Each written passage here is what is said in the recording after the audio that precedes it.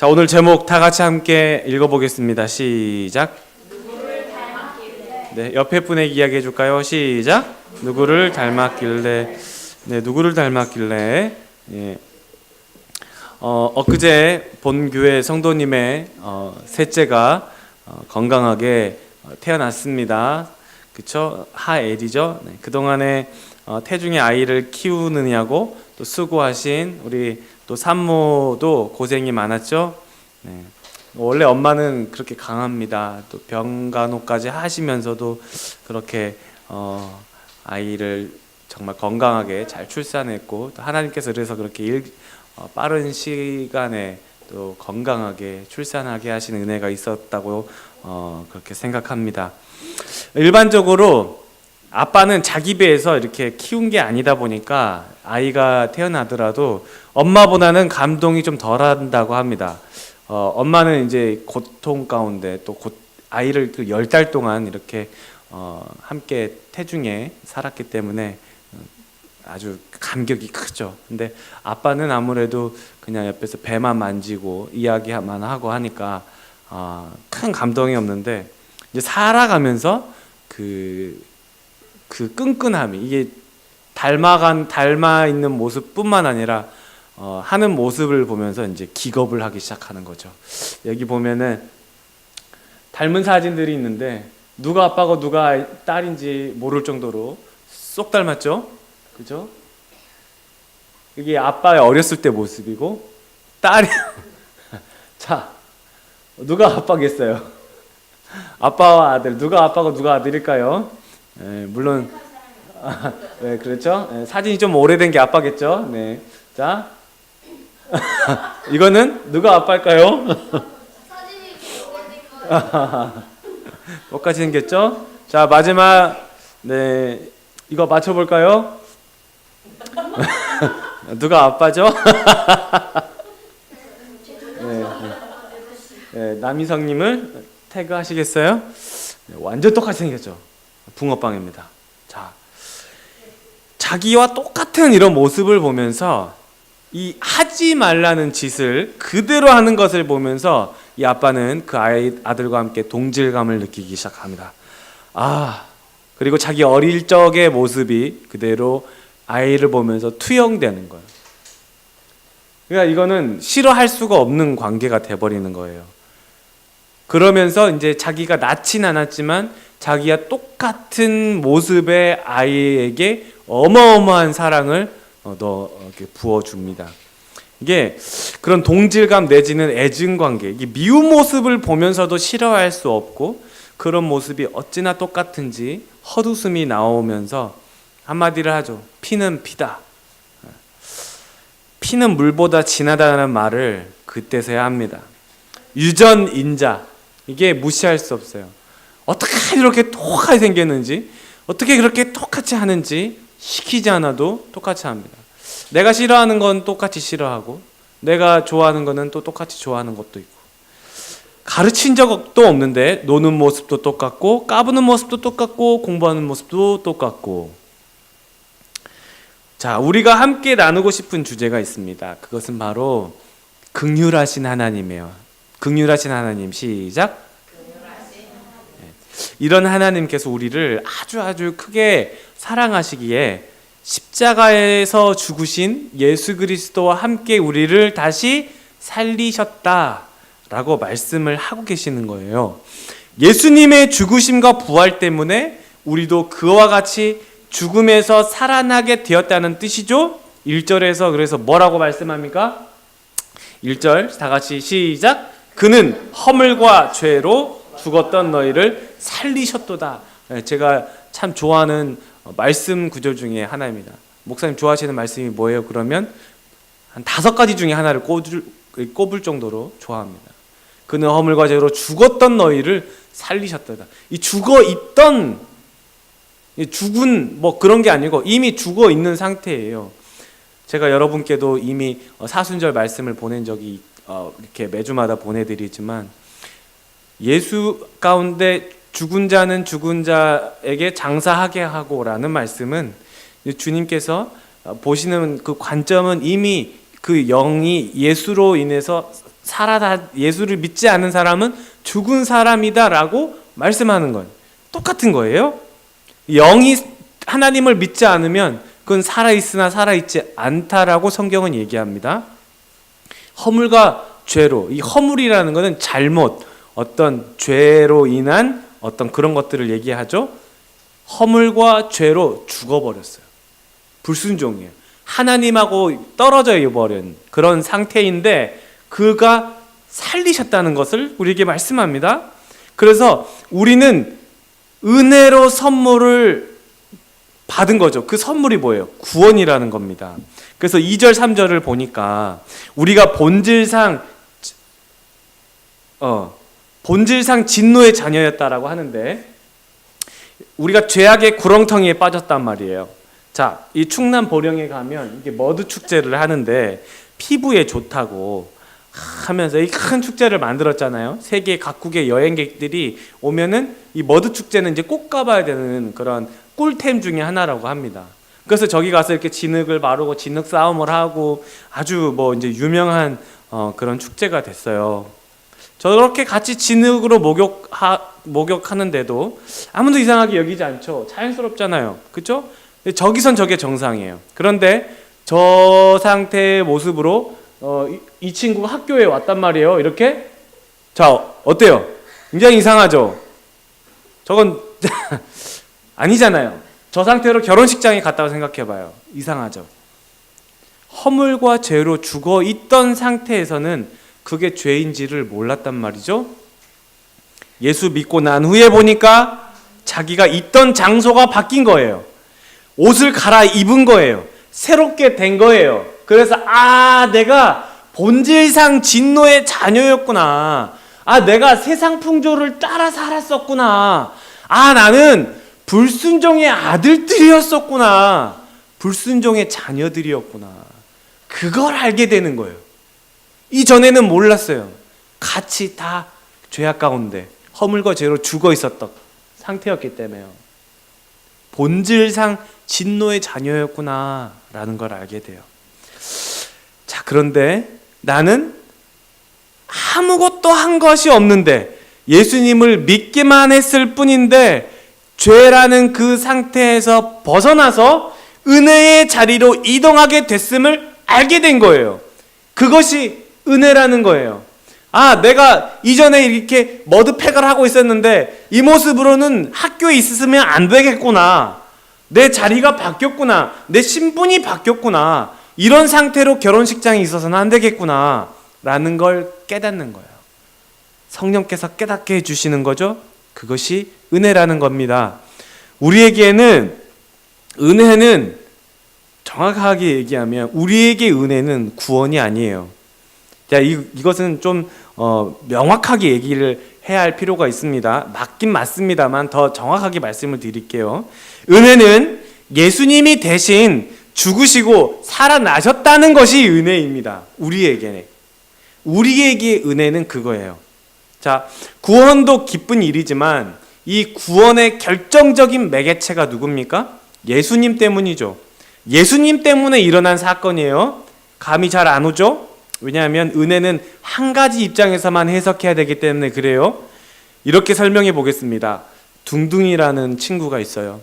둥둥이가 파도에 휩쓸렸어요. 그래서 둥둥이가 둥둥 떠다니지 않고 둥둥이가 물속에 들어가 버린 거예요. 꿀렁꿀렁꿀렁하고 들어가 버렸어요.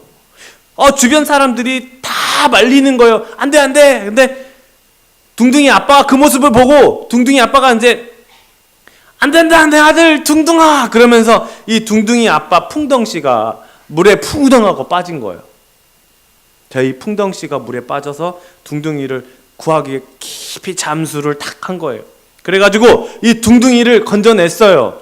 그래서 둥둥이를 인공호흡을 하고 둥둥이가 살아났고 풍덩씨도 바다에서 빠져 딱 나오니까 사람들이 박수를 막 치는 거예요. 어떤 장면인지 이해되시죠? 그래요. 바로 여러분이 둥둥이에요.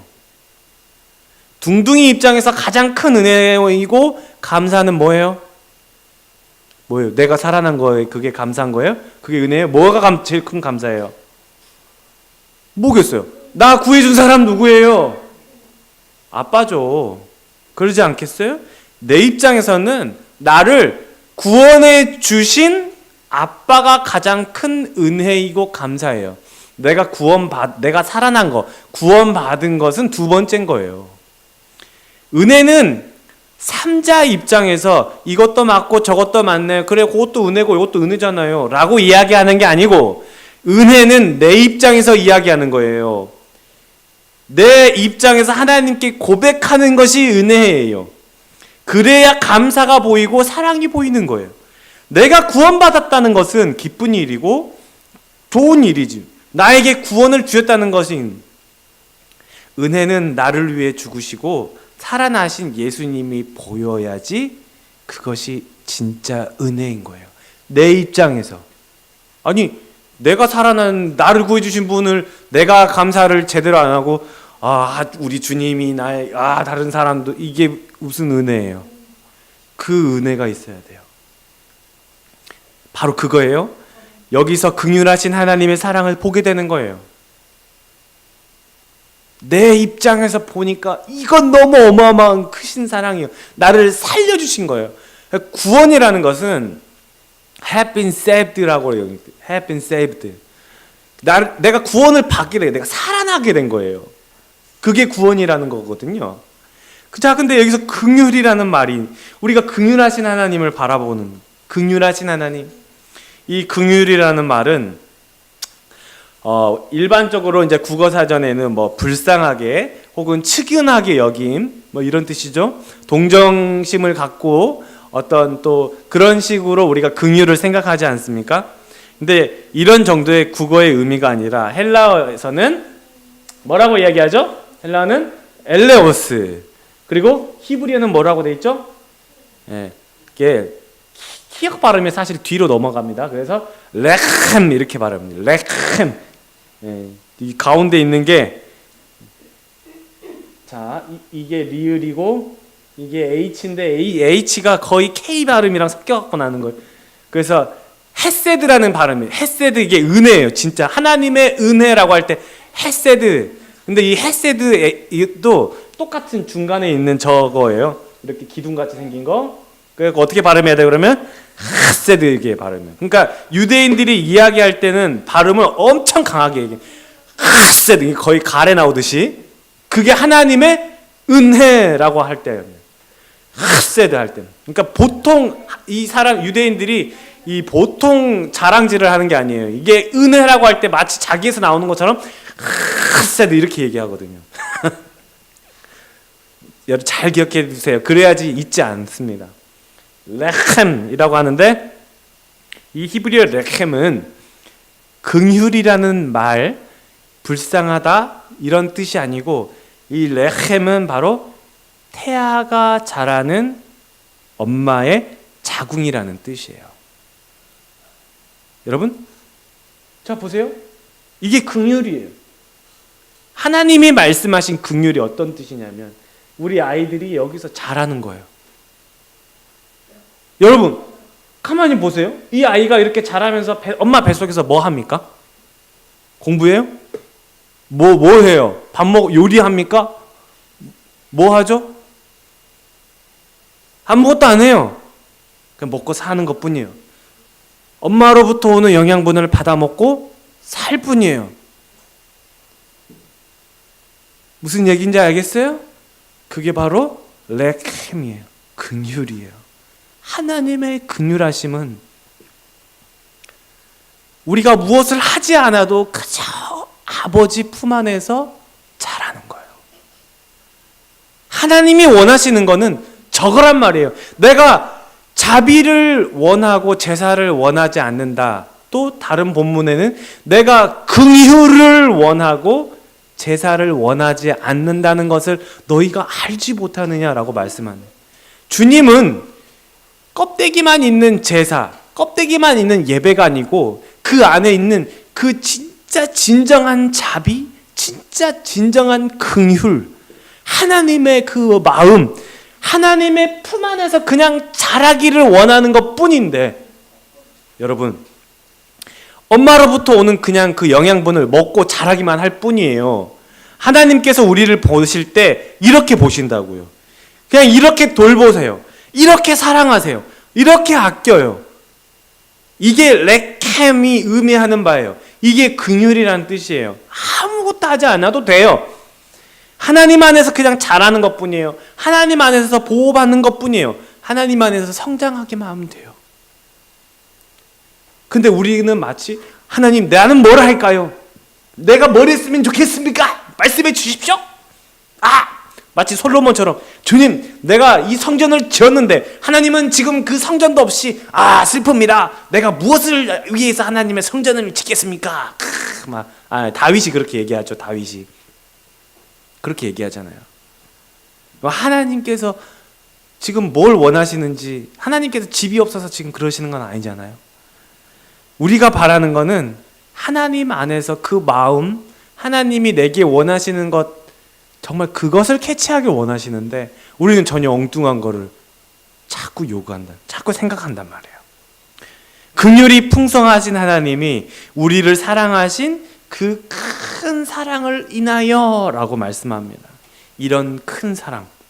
자, 그런데 이 큰 사랑이 7절에서 뭐라고 말씀하고 있습니까? 7절 시작.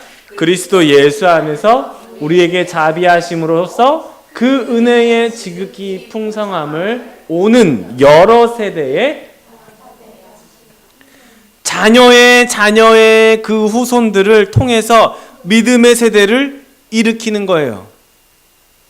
이게 바로 아브라함에게 약속하신 하늘의 별과 같이 바다의 모래와 같이 땅을 정복하고 다스려라 아담에게 말씀하신 것처럼 하나님이 그 약속하신 명령이에요.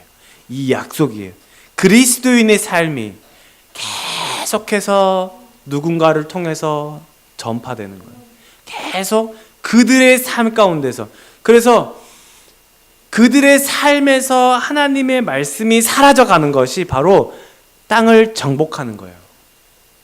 왜냐하면 이 땅은 불순종의 아들들에게 사로잡힌 그 공중의 권세 잡은 자들이 잡았기 때문에 그래요. 이 세상이. 그래서 이것을 정복하는 것은 그리스도인들이 늘어나는 거예요. 그리스도인들이 예배하는 거예요. 그래서 야 땅끝까지 이르러 내 증인이 되리라 라고 말씀하잖아요. 예수님이 마태복음 28장에 지상 명령을 주시잖아요. 그 땅끝이 어디예요? 땅끝이 어디입니까? 해남이에요? 아니죠. 땅끝이 어디예요? 안 가본 곳이 없는데. 우리가 얘기하는 땅끝은 바로 우리가 살아가는 곳이에요. 내가 살아가는 곳이에요. 바로 지금 21세기의 땅끝은 내가 살아가는 그 곳이에요. 이제는 다 예수님이 거의 전해졌거든요. 거의 다 예수님 다 알아요. 사실은 기독교가 뭔지도 다 알아요. 근데 안 믿는 게 문제란 말이에요. 그래서 우리를 그곳에 선교사로 보내는 거예요. 그곳에 목회자로 우리를 보내는 거예요. 바로 저와 여러분들이 그곳에서 선교사로 살아가는 거예요. 자, 우리의 부모님이 믿은 하나님, 몸이 아프고 힘드시면서도 교회를 섬기고 사랑하는 모습을 보면서 우리 뭐라 그래요? 몸 좀 챙기시고 하셔야죠. 그렇게 몸을 그렇게 자꾸 신경 쓰지도 않으시고 자꾸 그 교회 일을 그렇게 하십니까? 걱정하고 만류하고 그렇게 하는데도 그게 말처럼 됩니까? 그분들이 그렇게 하시나요? 안 해요. 왜요? 교회가 좋아서가 아니고 예수님을 사랑하는 그 진실한 마음이 있는 거예요. 그 누가 말리겠습니까? 그거를? 주님이 이렇게 쓰시니까 쓰임받는 모습이 그냥 본인은 너무 좋은 거예요. 그런데요, 우리 부모님의 모습을 나도 하고 있더라는 거예요. 그때는 솔직히 그게 불만스러웠는데, 그리고 그게 화가 날 때도 있었고 어리석다고 생각한 적도 있는데, 제가 그 부모님의 나이가 돼 보니까 그래, 이게 하나님을 사랑하는 거였구나, 이게 예수님의 사랑 때문에 기쁨으로 하는 거구나, 그걸 알게 되더라고요. 그렇게 힘든 몸, 그렇게 아픈 몸을 이끌고 그 일을 하는 것 자체를 우리도 보면서 하고 있다는 거예요. 왜 그리 힘든 길을 가는데도 기뻐하면서 소망을 갖는지를 알게 되더라는 거예요. 믿음의 자녀들이 계속 이렇게 일어나면서 예수님이 말씀하신 그 힘들고 어렵고 그 좁고 허협작한 길을 걸어가더라는 거예요. 우리 주님 사랑하는 마음 그 하나로 그 길을 가는 그 부모님의 모습을 보면서, 그리고 나도 누가 시키지 않았는데 그 길을 가더라는 거예요. 여러분, 우리 자녀들 어떨 것 같아요? 강요하지 않아도 우리 자녀들도 그 길을 갑니다. 예수님을 사랑하기 때문에 그 길을 갑니다. 넓고 편한 길을 알면서도 제 부모가 그 길을 안 갔기 때문에, 그렇게 말씀으로 양육을 받았기 때문에 넓고 편한 길 안 가요. 주님 따라서 그 좁은 길로 갑니다. 이 큰 사랑을 바로 8절에서 받았다는 거예요. 은혜에 의해서 믿음으로 말미암아 구원을 받았으니 이것은 하나님의 선물이다 라고 말씀합니다. 저와 여러분이 이 선물을 받았어요. 그리고 하는 말씀이 뭐예요? 우리는 그가 만드신 바라. 이게 뭡니까? 이게 바로 긍휼이에요. 긍휼. 뭐예요? 엄마 뱃속에서 자라는 거예요. 우리는 그가 만드신 바라. 여러분, 누구를 닮았길래요? 아버지 하나님이요.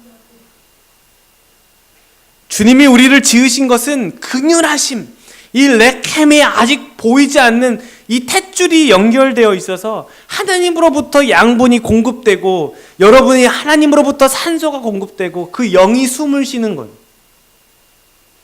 긍휼이에요. 계속 자라는 거예요. 그렇게 매일매일 그 하나님의 은혜가 예수 그리스도 안에서 공급되다 보니까 아이의 얼굴이 부모를 닮듯이 본래 우리가 하나님의 형상을 닮은 것처럼 계속 하나님의 형상대로 닮아가는 거예요. 누가 시키지 않아도, 유전인자, 시키지 않아도 하나님을 기쁘게 하는, 하나님을 즐겁게 하는 것. 그 마음에 시키지 않았는데도 소원이 생기는 거예요. 하나님을 기쁘게 하겠다는 그 소원이에요. 누군가는 다 말려도, 넓고 편한 길을 가라고 말려도, 그럼에도 불구하고 그 좁은 길, 그 협착한 길, 그 어려운 길, 누구도 잘 가지 않는 그 길을 가는 거예요. 왜? 예수님을 사랑하기 때문에, 그분을 닮았기 때문에. 그리스도 안에서 선한 일을 위하여 지으심을 받은 자가 되어가더라는 겁니다. 그게 아버지의 소원이에요. 그 선한 일은 내 마음대로 하고 싶다고 되는 것도 아니고 할 수 있는 것도 아니잖아요. 여러분, 주님과 붙어 있지 않습니까? 그럼 주님이 때가 되면 그 소원을 이루시고 인도하시도록 사람들을 붙여주시고 누군가를 이끄셔서 그 소원이, 그 선한 일이 점점 명확하게 만드십니다. 주님이 나에게 바라시는 게 뭔지 구체적으로 그릴 수 있도록 만드세요. 그분이 아빠이기 때문에 그래요. 여러분, 누구를 닮았기 때문에? 하나님 아버지를 닮았기 때문에. 긍휼이 풍성하신 우리 아버지 하나님, 그 큰 사랑을 우리에게 베푸신 독생하신 예수 그리스도, 그리고 그 사랑이 우리 안에서 날마다 충만하도록 매일매일 역사하시는 성령님, 그것 때문에 우리가 계속 영양분을 공급받습니다. 열매가 맺힙니다. 하나님을 닮아갑니다. 놀라우신 긍휼이 저와 여러분 머리머리 위에 매일매일 충만하시기를 예수님의 이름으로 축원합니다.